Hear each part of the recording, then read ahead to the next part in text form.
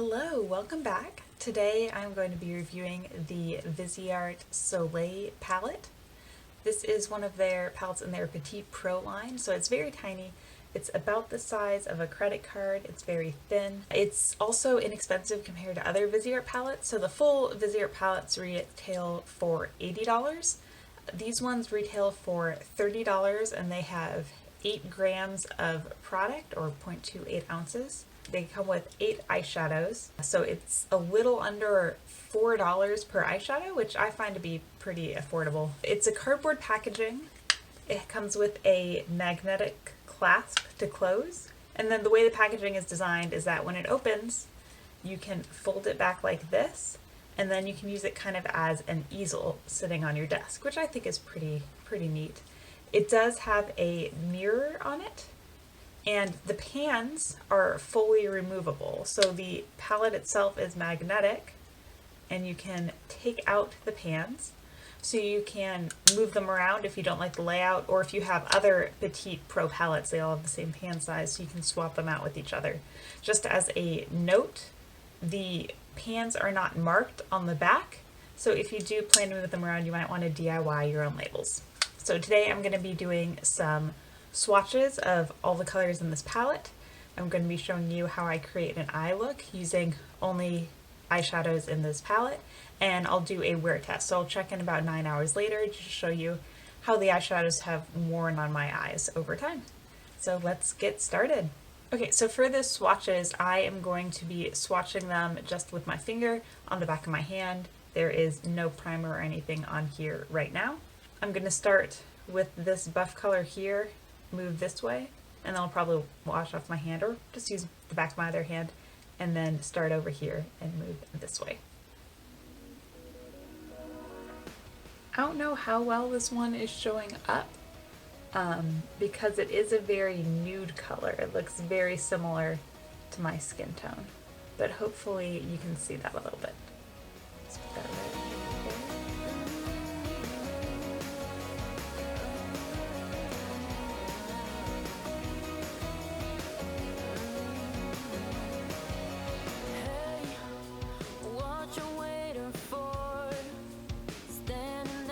And my apologies, these two I accidentally swapped. So this one goes here. Woo! And the bottom orange goes actually with the top.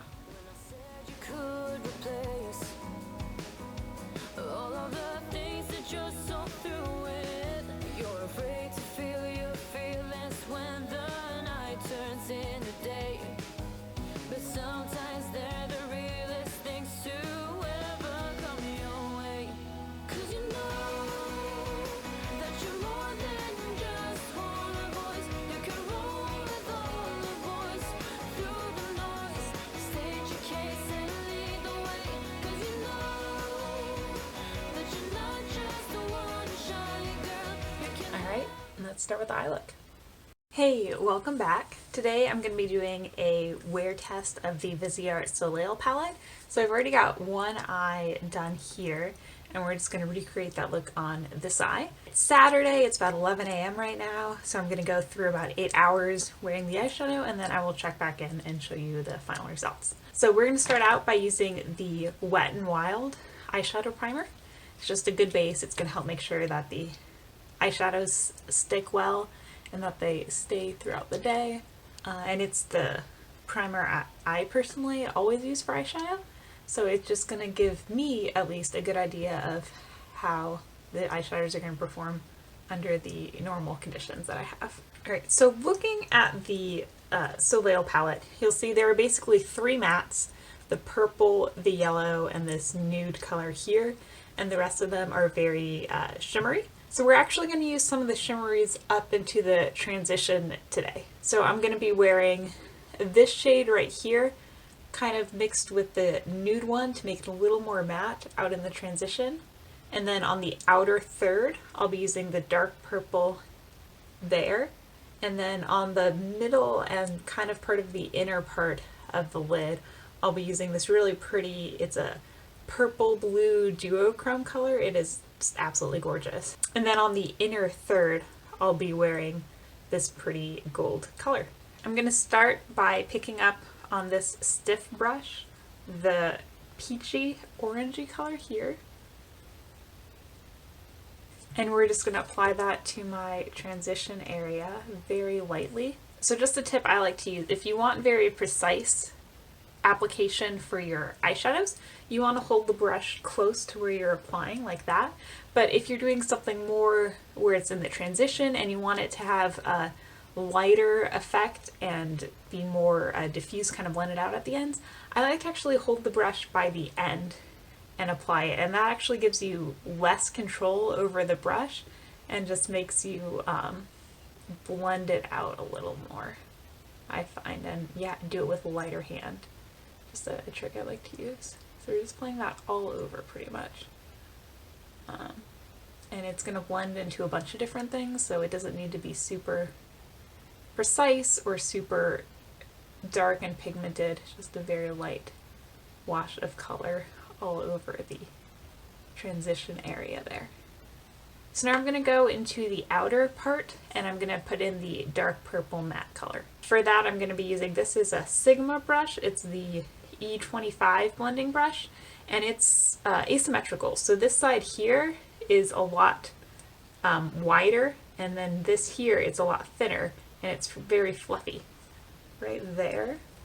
I do find that the purple is very buildable. You want to make sure that you're picking up a good amount, and you have to go over several times, but it blends like a dream. So we're just going to go into that crease and that outer part, the V there.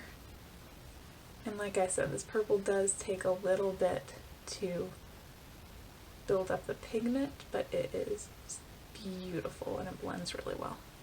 With this, I want to make sure I'm relaxing my eye. I'm not stretching it like that, because that's going to change the shape. If I relax my eye, I can really see where the placement is going to be, so I can make sure I'm getting it above the eye when it's open. Alright, I like the way that looks.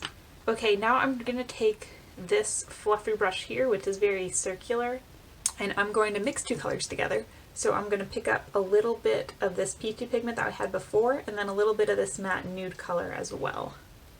And I'm just going to go over the top here and just blend out that corner.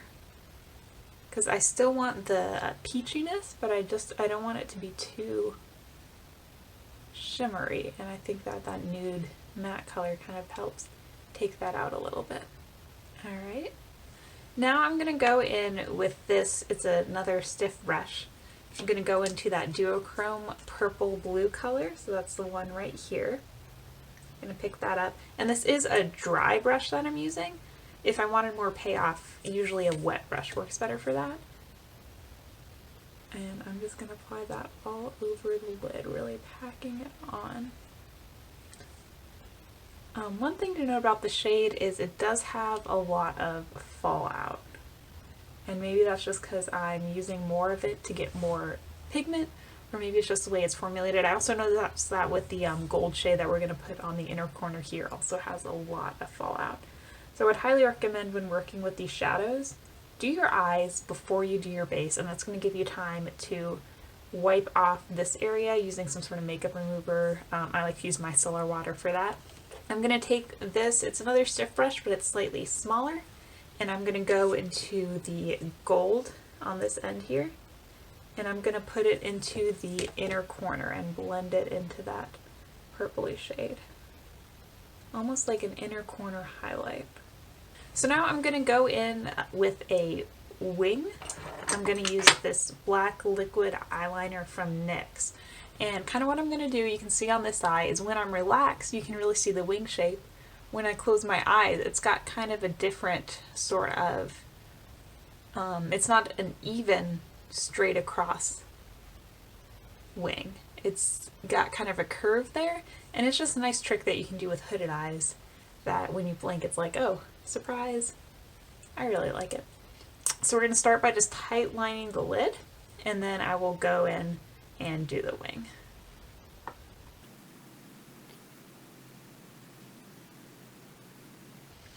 Alright, we're going to go try to do the wing now. So the best thing to do here is to make small strokes and relax your eye so that you get the the nice, interesting shape there. So just gonna start small.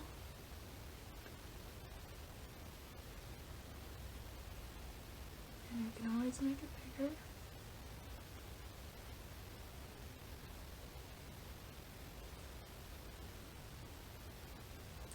Start flicking up now to get that wing shape.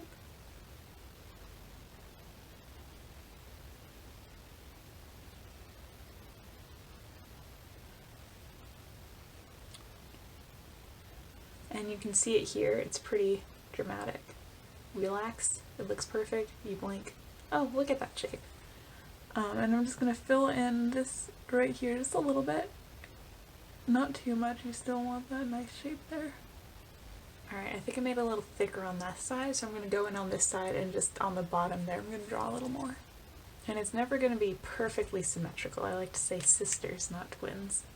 Alright, so now I'm going to take a towel and some micellar water, and I'm just going to clean up this under eye area because there was a lot of fallout, mostly from the purple blue duochrome and the gold shade.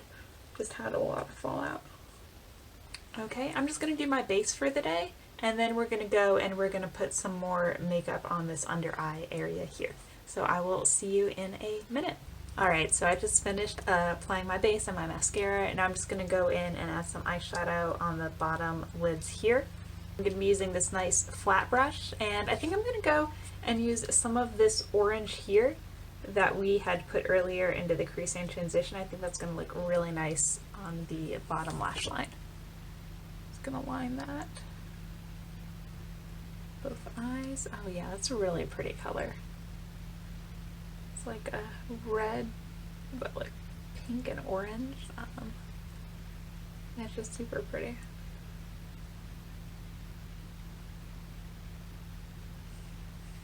Alright, I am very happy with that.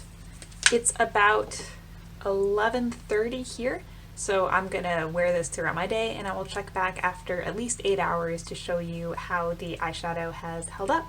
So I will see you then. Bye. Hello. It is about 8:45 now, so it's been a little over 9 hours since my initial application of the eyeshadow. So I'm going to zoom you in really quick so you can kind of see how it's worn, and then I'm going to let you know my thoughts.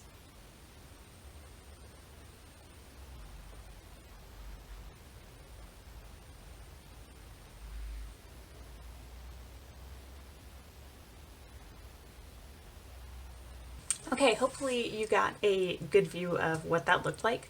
Personally, I think the eyeshadow wore really, really well. I feel like it looks just as vibrant as when I initially put it on. The main concern I have is a little bit of fallout on the under eye area. And then this outer corner here, you can see it wore off a little bit. And that's mostly just because my eye was watering, and that's gonna just leak out there and take off some of the eyeshadow.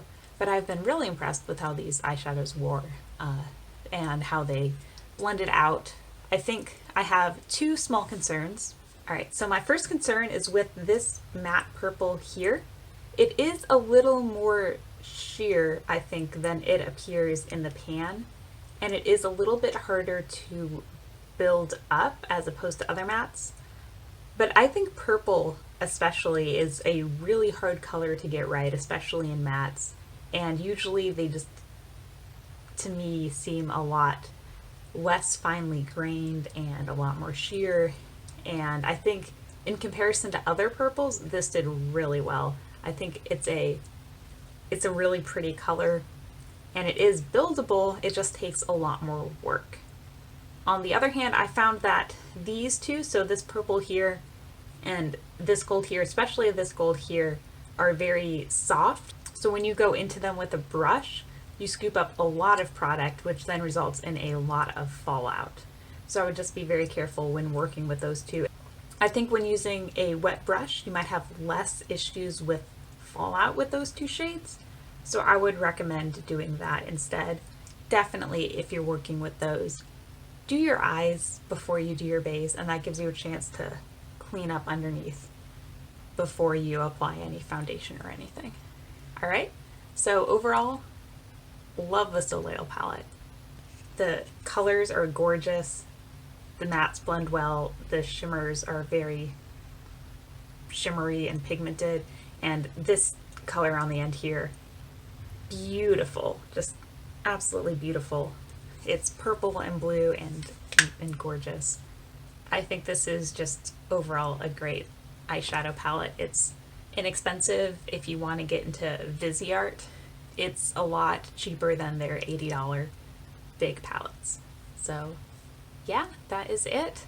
Thank you so much for watching, and I will see you next time. Bye!